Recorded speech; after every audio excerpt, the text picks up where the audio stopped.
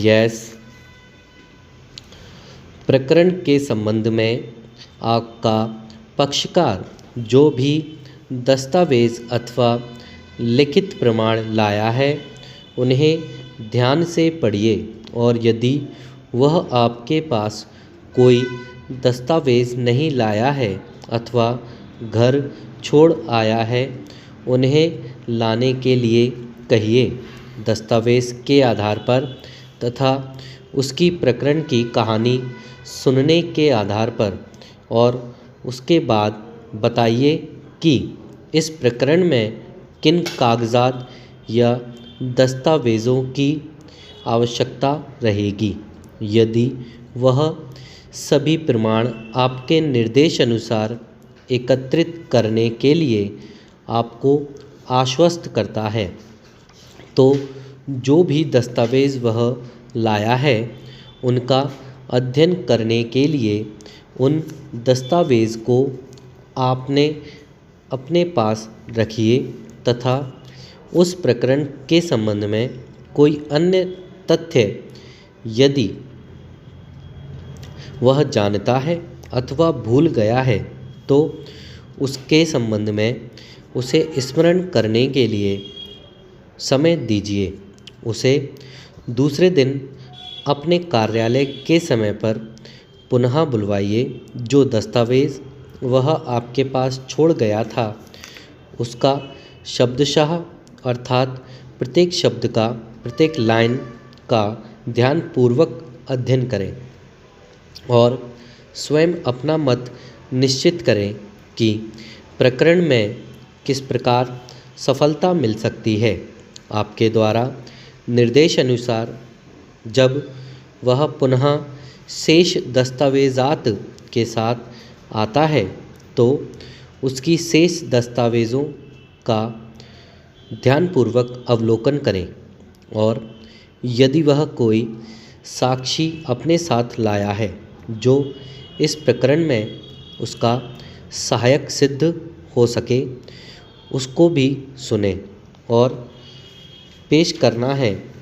यदि आपने निश्चय कर लिया है कि इस प्रकरण को अपने पक्षकार की ओर से न्यायालय में पेश करना है तो आपको साक्षी या साक्षीगण जो आपका पक्षकार अपने साथ लाया है और प्रकरण के संबंध में न्यायालय में जो कथन वह करने वाले हैं उस बाबत उन्हें निर्देश दीजिए कि वह आपने हाथ से उसको लिखकर उस पर अपने हस्ताक्षर करें। उत्तम यह होगा कि वह कथन शपथ पर ही लिखें अर्थात उनके शपथपूर्वक कथन होना चाहिए। इसका कारण यह है कि प्रकरण के दौरान हो सकता है कि वह साक्षी आपके विरोधी से मिल जाए अथवा उसके द्वारा प्रमाणित हो जाए अथवा विरोधी की नौकरी से चले जाए आदि।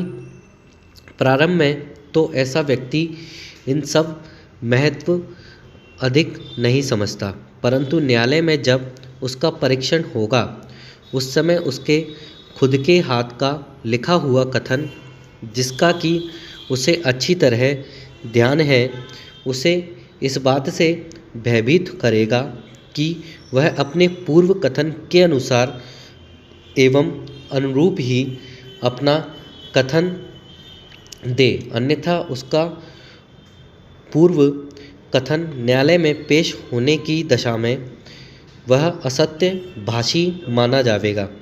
इस बिंदु पर उसे भय ही दिलाया जा सकता है कि उसके विरुद्ध असत्य कथन करने का प्रकरण पेश हो सकता है। Stop para.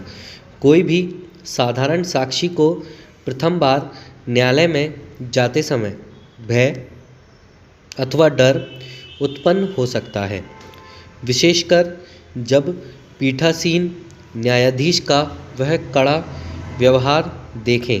न्यायालय के कथन लेखक द्वारा उसके प्रत्येक शब्द का लिखना, अधिवक्ताओं के द्वारा न्यायालय में भीड़ आदि से उसमें घबराहट उत्पन्न हो सकती है, इसलिए उसका कथन होना आवश्यक है। स्टॉप।